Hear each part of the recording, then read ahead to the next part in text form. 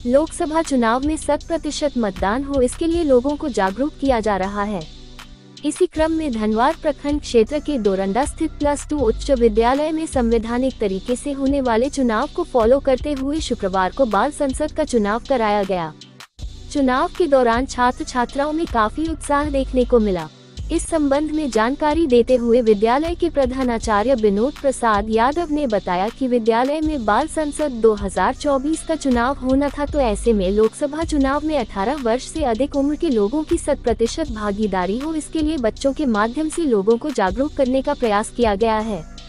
बताया कि बाल संसद चुनाव में प्रधानमंत्री पद के लिए कुल 6 प्रत्याशियों ने पर्चा दाखिल किया, जिसमें प्रधानमंत्री पद के प्रत्याशी प्रिंस कुमार सिंह ने 565, जुगो कुमारी ने 515, पुष्पा कुमारी ने 477, शालू कुमारी ने 465, रुद्र प्रताप पांडे ने 454 एवं मुस्कान कुमारी ने 432 मत प्राप्त किए, जिसमें सबसे ज्यादा 565 मत प्रिंस कुमार सिंह ने लाकर अपने प्रतिद्वंद्वी जुगो कुमारी को 50 मतों से शिकस्त देकर प्रधानमंत्री पद का चुनाव जीत लिया।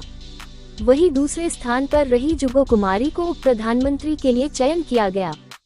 इस दौरान विजेता छात्र प्रिंस कुमार सिंह तथा छात्रा जुगो कुमारी ने कहा कि हम अपने विद्यालय विकास, छात्र छात्राओं की 100% उपस्थिति, शुद्ध पेयजल, स्वच्छ शौचालय के साथ स्वच्छ विद्यालय निर्माण हमारा प्राथमिकता रहेगा और शिक्षा के क्षेत्र में जिला तथा राज्य स्तर पर प्रथम स्थान प्राप्त करने का श्रेय मिला है, भविष्य में भी मिले, इसके लिए कार्य करेंगे।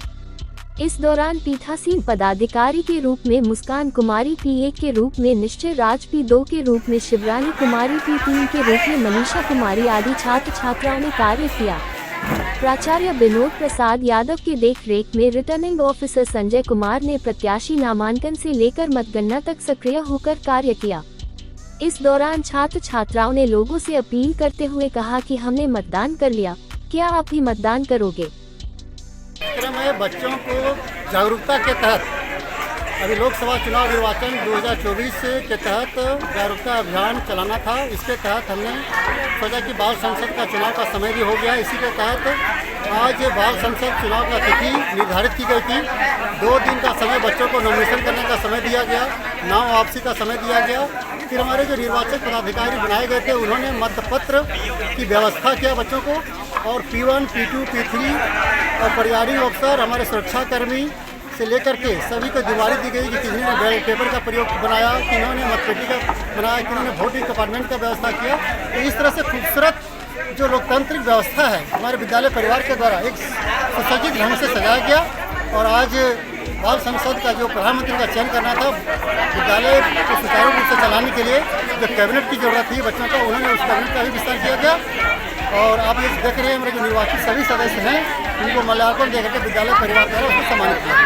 और इस कार्यक्रम में हमारे शिक्षकों ने बहुत ही महत्वपूर्ण भूमिका निभाई। किन्होंने चुनाव आयोग का, तो किन्होंने चुनाव पर्यवेक्षक का, किन्होंने मतपेटी निर्माण करने में, किन्होंने मतपत्र के निर्माण करने में, किन्होंने सुरक्षा की व्यवस्था में। तो इस किसी ने मतगणना का अधिकारी किसी को नहीं किया गया।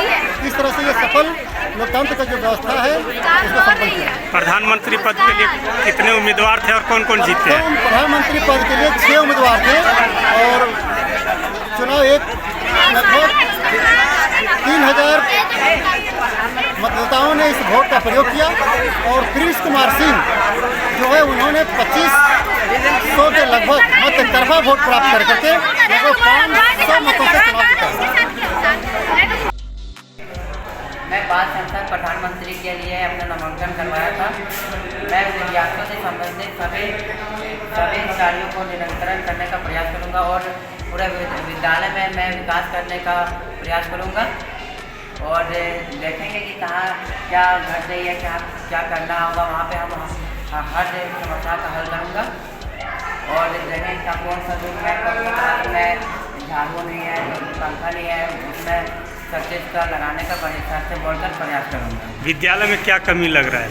विद्यालय में मतलब कभी कभी स्कूल आते हुए तो झाड़ू नहीं लगा रहता, फिर 1-2 पंखे ऐसे हैं जो चलते नहीं है, उसको बनवाने का सबसे कोशिश करूँगा। और जो बहुत सारे बॉल है वो ख़राब हो गए हैं उसको, और पानी की सुविधा यहाँ पे मतलब तक खराब हो जाती कभी कभी, तो बच्चों को पानी नहीं पी पाते। इससे हम सबसे निवेदन करेंगे कि ये नल अधिक से अधिक लगाए और जार के बोतल क्लास में रखें। शिक्षा का क्या स्थिति है?